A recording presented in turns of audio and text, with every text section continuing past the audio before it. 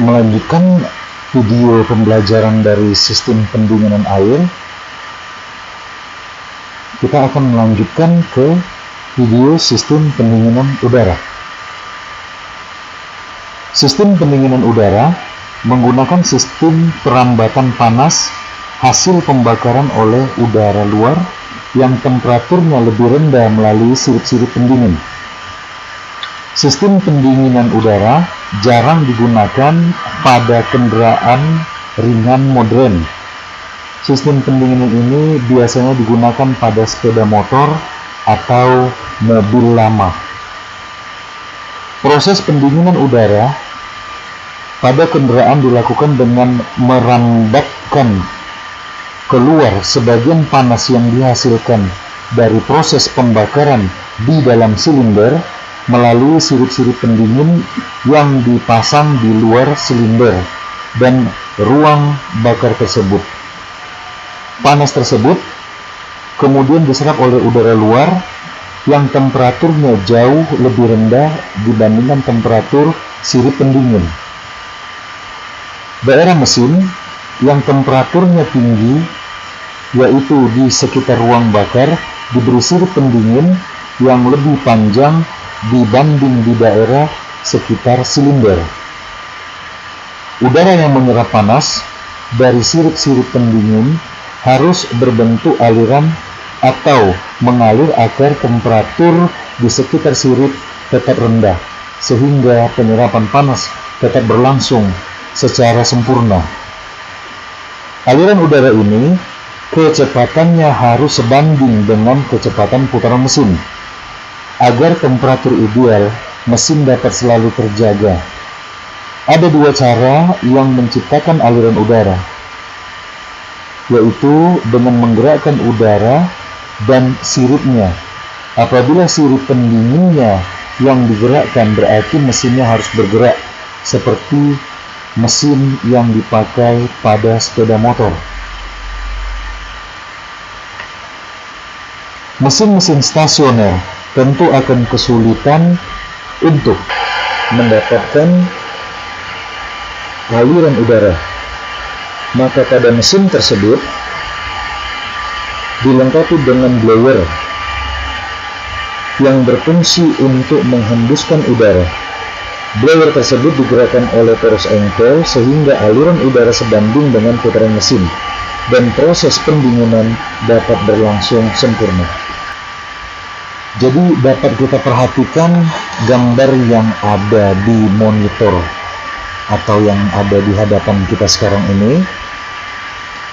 Ini salah satu contoh pendinginan udara yang digunakan pada mobil Volkswagen atau VW. Jadi mobil VW tersebut atau VW lama atau mobil lama ini dia tidak menggunakan sistem pendinginan dengan air, tetapi dia menggunakan sistem pendinginan udara. Secara ringkas kita perhatikan cara kerja sistem pendinginan udara. Ini contoh pada mesin VW. Sedikit kita ambil metode atau sistem atau cara kerjanya. Bagian mesin atau engine. Selanjutnya di bagian kanan dan di bagian kiri ini adalah blok silinder, yang artinya di dalam terdapat piston, dan di atas piston akan terjadi pembakaran. Di bagian bawah poros engkol, di sini terdapat camshaft, dan di bagian yang kita garis bawah ini terdapat pushrod. Selanjutnya, proses mesin hidup akan menghasilkan pembakaran. Pembakaran tersebut yang berada di atas piston akan menghasilkan panas. Maka bagian-bagian sirip yang lebih panjang kelihatannya ini akan mendapat panas yang lebih tinggi. Selanjutnya, cooler, fan cooler atau kipasnya ini akan berputar sama dengan putaran poros engkol. Jadi seberapa besar putaran poros engkol, maka kipas juga akan ikut berputar. Ikut berputarnya kipas, selain dia menghembuskan udara masuk, selanjutnya udara di dalam ducting atau dikurung dia dalam satu posisi bentuk seperti rumah sedemikian. Di situ dia akan juga mendinginkan oli, maka di sini terdapat oil cooler. Selanjutnya udara yang ditiupkan tadi melalui air regulator yang dikontrol gerakannya, temperaturnya oleh termostat, maka udara tersebut akan menghembuskan atau meniupkan bagian sirip-sirip pendingin, dan udara yang panas tadi yang telah dihembuskan akan terbuang keluar. Pada waktu temperatur kembali normal, maka termostat akan bekerja dan regulator mulai menutup kembali. Dan apabila terjadi panas, kerja suhu mesin sudah lebih tinggi dari standarnya, maka air regulator akan kembali terbuka. Dan udara yang bertekanan mulai ditiupkan ke bagian sisi-sisi daripada sirip pendinginan.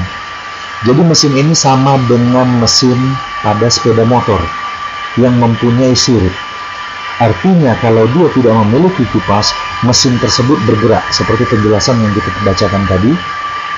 Bergeraknya kendaraan tersebut artinya mesinnya mendapat pendinginan dari udara bebas melalui sirip-sirip pendinginannya. Jadi karena konsep atau konstruksi mesin pada peluru ini terletak di belakang dan kemungkinan untuk pendinginannya sangat sulit, maka ditambahkanlah kipas pendingin. Oil cooler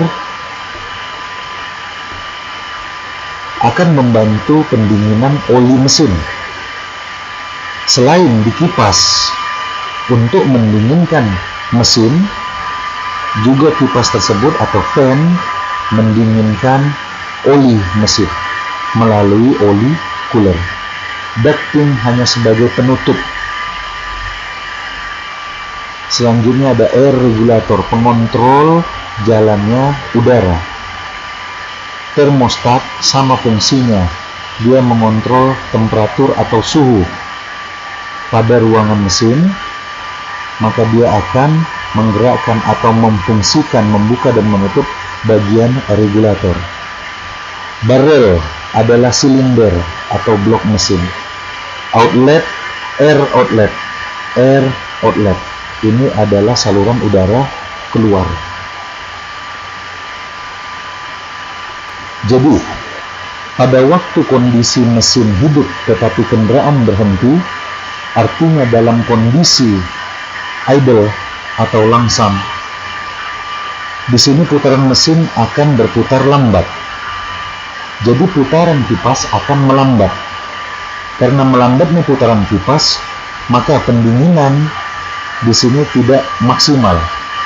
Dikarenakan dia putaran lambat atau langsam atau idle, pembakarannya kecil, maka udara atau bagian silinder tidak terlalu panas.